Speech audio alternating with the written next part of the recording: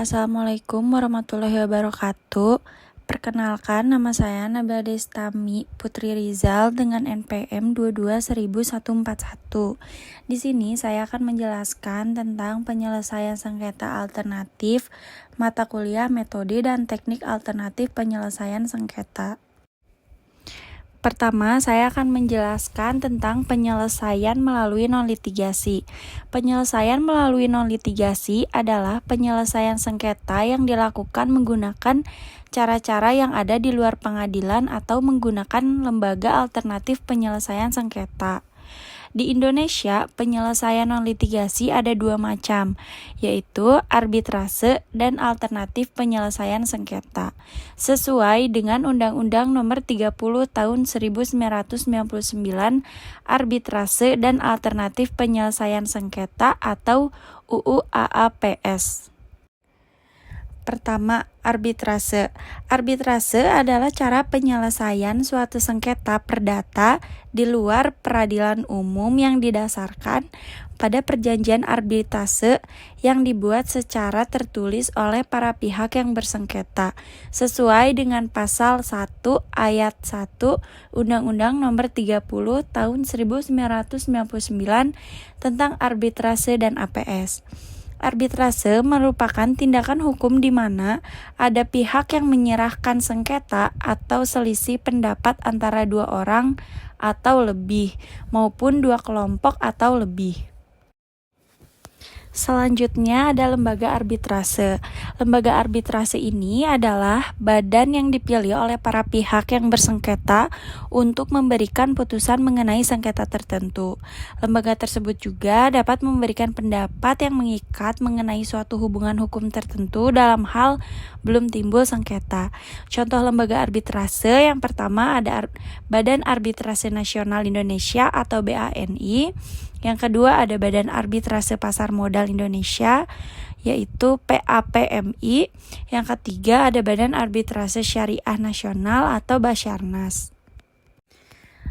Selanjutnya, sengketa yang dapat diselesaikan melalui arbitrase berdasarkan pasal 5 ayat 1. Yang pertama, sengketa dalam bidang perdagangan. Yang kedua, sengketa mengenai hak yang menurut hukum dan peraturan perundang-undangan dikuasai sepenuhnya oleh pihak yang bersengketa atau bisa disebut hak-hak keperdataan. Lalu ada perjanjian arbitrase. Perjanjian arbitrase adalah suatu kesepakatan berupa klausula arbitrase yang tercantum dalam suatu perjanjian tertulis yang dibuat para pihak sebelum timbul sengketa, atau suatu perjanjian arbitrase tersendirilah yang dibuat para pihak setelah timbul sengketa berdasarkan pasal 1 ayat 3. Selanjutnya ada alasan terpenting mengapa memilih arbitrase daripada pengadilan. Yang pertama, karena kecakapan dan keahlian para arbiternya, terutama atas perkara-perkara yang memerlukan pengetahuan teknik yang bersifat khusus. Yang kedua, ada persidangan dilaksanakan secara tertutup sehingga rahasia perusahaan terjamin. Selanjutnya, saya akan menjelaskan tentang alternatif penyelesaian sengketa. Alternatif penyelesaian sengketa adalah suatu bentuk penyelesaian sengketa di luar pengadilan berdasarkan kata sepakat atau konsensus yang dilakukan oleh para pihak yang bersengketa baik tanpa ataupun dengan bantuan para pihak ketiga yang netral. Penyelesaian sengketa atau beda pendapat melalui prosedur yang disepakati para pihak, yakni menyelesaikan di luar pengadilan dengan cara konsultasi, negosiasi, mediasi, konsiliasi, atau penilaian ahli. Selanjutnya, saya akan menjelaskan apa itu konsultasi, negosiasi, mediasi, konsiliasi, atau penilaian ahli. Pertama, saya akan menjelaskan apa itu konsultasi. Konsultasi adalah suatu tindakan yang bersifat personal antara suatu pihak tertentu atau bisa disebut klien dengan pihak lain yang merupakan pihak konsultan, di mana pihak konsultan memberikan pendapat kepada klien sesuai dengan keperluan dan kebutuhan kliennya sendiri. Selanjutnya, saya akan menjelaskan apa itu mediasi. Mediasi adalah penyelesaian sengketa dengan dibantu oleh pihak ketiga atau bisa disebut mediator yang bersifat netral atau tidak memihak kepada salah satu.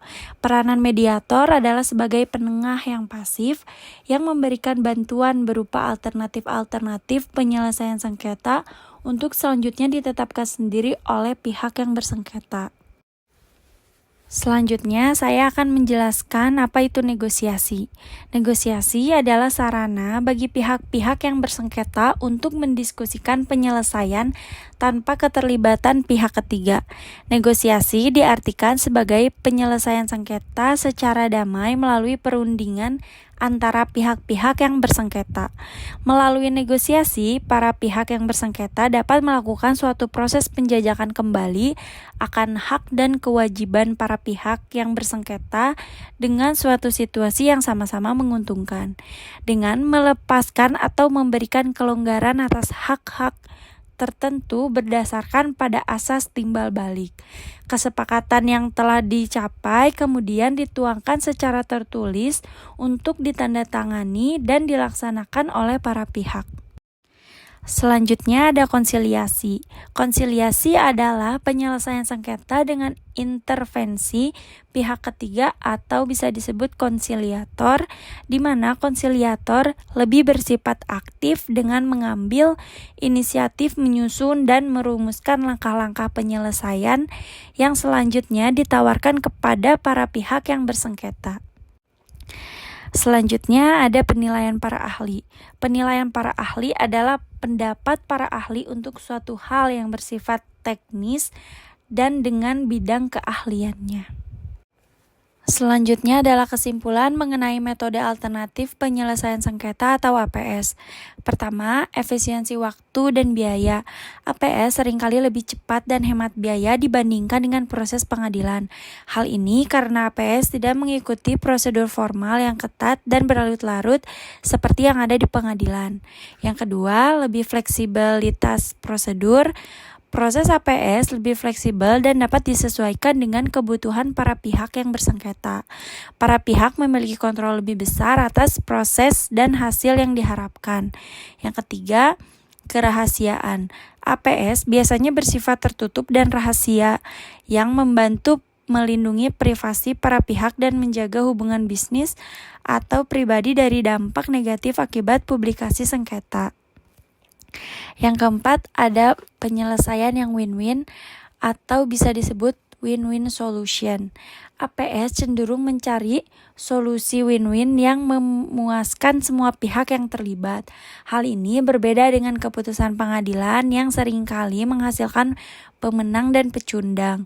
Selanjutnya, yang kelima, mengurangi beban pengadilan.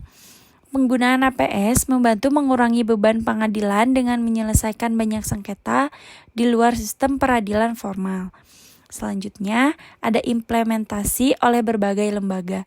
Berbagai lembaga di Indonesia seperti BANI, PMN, LAPSPI, OJK, BPSK, Pusmai, LMK, dan Komnas HAM telah secara efektif menerapkan APS dalam menjalankan tugas mereka. Ini menunjukkan kepercayaan dan efektivitas metode ini dalam berbagai konteks sengketa. Yang terakhir ada beragam metode.